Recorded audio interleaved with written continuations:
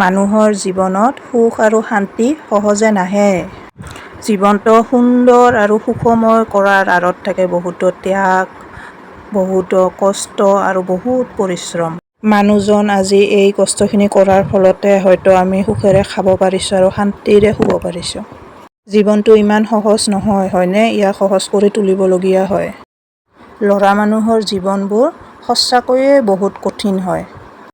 তেওঁলোকে স্কুল পঢ়ি থকা সময়ছোৱাই মাথো সুখেৰে আৰু শান্তিৰে থাকিব পাৰে। তাৰ পিছৰে পৰা সিহঁতৰ জীৱন যুদ্ধত নামিবলগীয়া হয়। ঘৰৰ সকলো দায়িত্ব, কৰ্তব্য সকলোবোৰ মূৰ পাতি ল'বলগীয়া হয়।